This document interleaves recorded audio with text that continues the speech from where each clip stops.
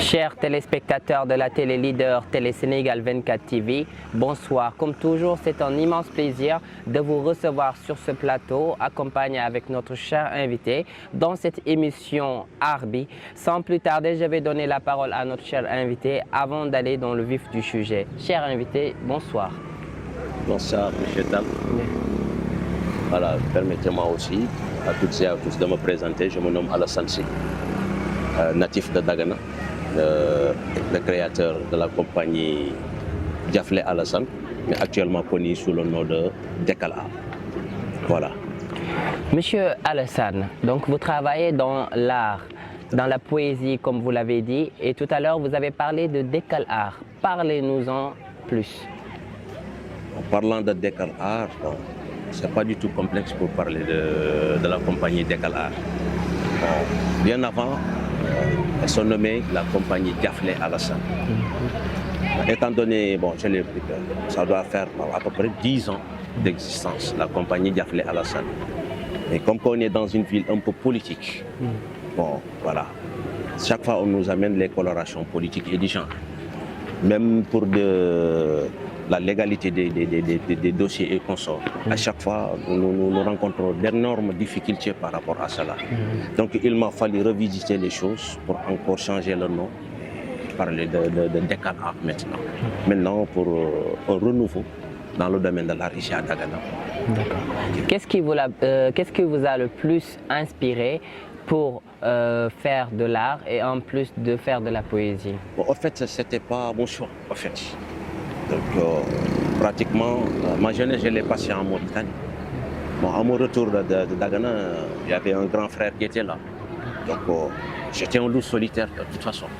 À chaque fois, c'est eux qui avaient créé la Dunia, dont j'étais membre, mais actuellement, je suis sorti de cette association pour créer ma propre compagnie. Donc, mais, le début, j'étais là-bas comme étant leur secrétaire général. Mais à chaque fois que j'assistais aux répétitions, cela m'a donné du plaisir à vouloir beaucoup découvrir. Donc voilà, c'est à ce moment que je me suis lancé complètement en tant qu'acteur sur la scène pour jouer du théâtre. Mais à un moment donné, j'avais quitté aussi Dagana pour aller sur Dakar. C'est en 2013 que je suis revenu ici. Donc voilà.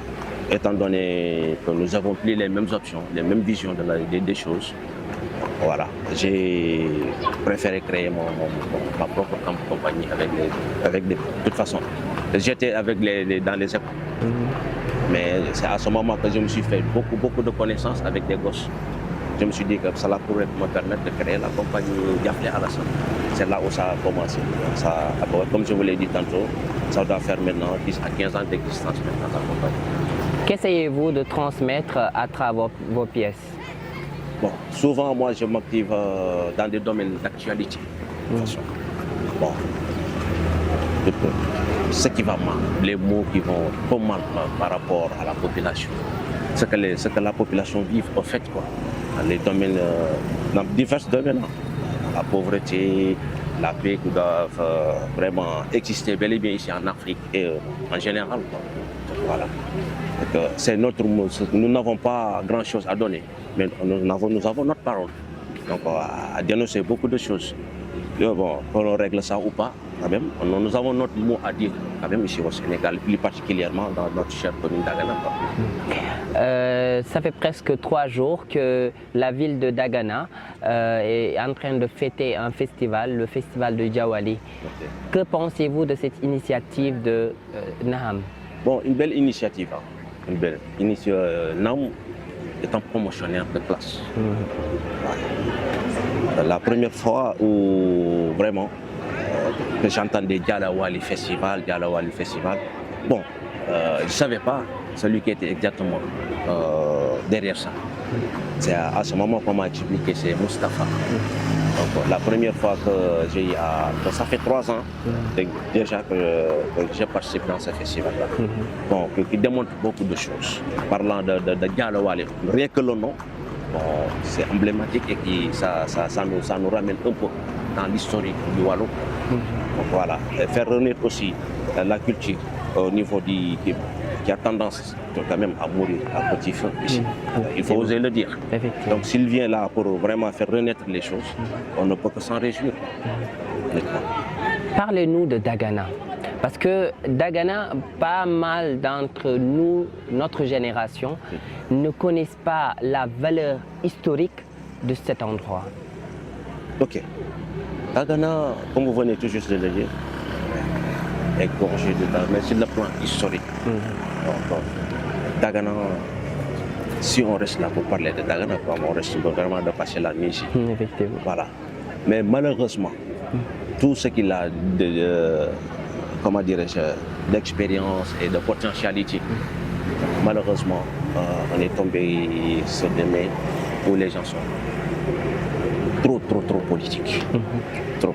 C'est cause pour laquelle on ne peut pas exactement comprendre ce que c'est exactement Dagana. Tout tourne autour de la politique. Mais si on avait vraiment, d'accord, nous ne sommes pas contre la politique, mais chaque chose avec son temps.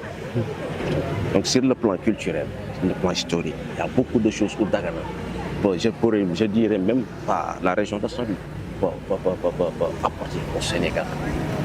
Parlant déjà d'Andaté, et il y en a d'autres, Djalawali, comme vous venez de le dire, d'après l'histoire qu'on nous a expliqué, Dagana. Donc j'ai eu à côtoyer un vieux pour connaître exactement d'où venait le nom Dagana. Au fait, autant on nous parlait de Djalawali, ou bien on nous parlait de Diop Diara. Donc voilà. D'après les récits du vieux, là, ce n'était que de la brousse.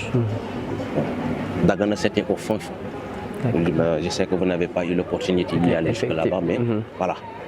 Donc, comme c'était une ville une ville agricultrice, il n'y a que des agriculteurs et des bergers. Voilà.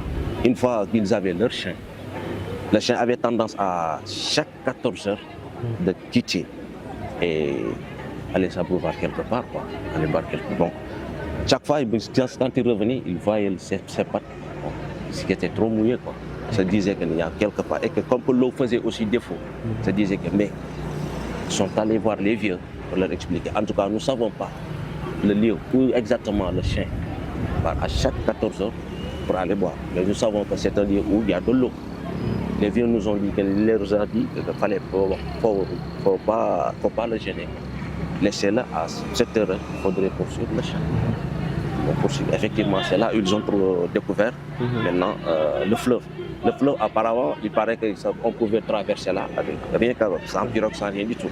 Rien qu'avec la marche, on pouvait traverser ça de Dagana à Dagana, Mauritanie. C'est à ce moment-là qu'ils ont dit dans la langue Wolof que fille Dagana de que fait. C'est ce qui a amené maintenant le nom de Dagana. Donc voilà. Vous avez vu ces gosses aussi faire du jeu de folie. Effectivement. Pareil, aussi l'histoire, c'est ici aussi. Et aussi, ça me rappelle notre enfance. Ok, tout à fait. L'histoire de l'autre là, Ibolo, voilà aussi. C'est là aussi où il y a l'existence des signes. Donc, comme vous venez tout juste de le dire, Dagana est gorge d'histoire. Vraiment, il y a tas d'histoires qui sont là, mais malheureusement, beaucoup de vieux sont partis en menant leur savoir en tête et qu'on n'a pas pu les exploiter comme il le faut. Voilà. En tant qu'artiste et poète, quel défi aimeriez-vous relever dans cette ville? Bon, en tout cas, comme je vous l'ai dit tout tantôt, nous n'avons pas d'argent à donner. Bon, si nous avions des milliards aussi à donner, on le donnera pour Dagana, parce que nous n'avons que Dagana. C'est là où nous connaissons.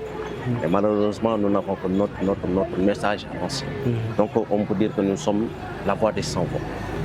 Ouais. Dagana devait logiquement dépasser ce stade.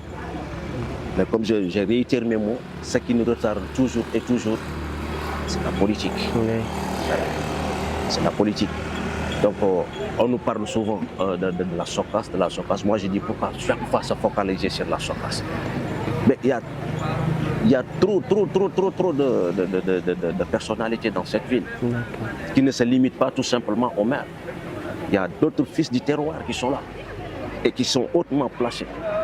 On se dit pourquoi ils ne peuvent pas faire grand-chose pour Dagana. Pourquoi cette jeunesse reste là à ne rien faire. Pourquoi aussi la cuvette qui est là? Nous ne connaissons pas l'agriculture, l'élevage.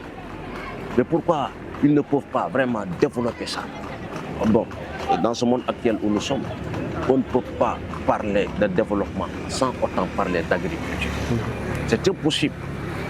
Mais là, tu pars dans d'autres zones où exactement il se développe de manière extraordinaire. Nous avons tout pour vraiment être une ville trop développée.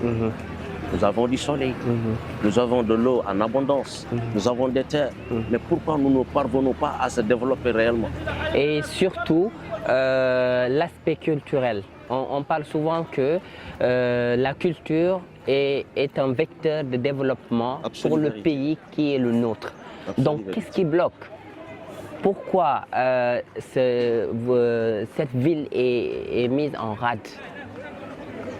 C'est là où nous nous posons à chaque fois la question, nous en tant que des acteurs culturels. Vous savez, moi j'ai eu à tenter une fois, parce qu'il y avait un de mes gosses qui était venu me voir, soit disant que la maire de la ville, dans tous les secteurs, bon, il était en train de les sauf la culture.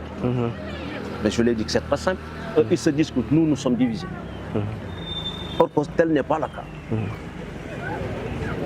Il n'y a aucune infrastructure culturelle qu'on pourrait dire que ça existe ici à Dagana. Merci beaucoup à Alassane d'avoir répondu à notre invitation. Je remercie aussi à mes chers cadreurs Chico, Awa, mais également Mia de nous avoir soutenus durant toute cette émission. Et nous vous disons à bientôt pour une nouvelle émission. Je vous remercie.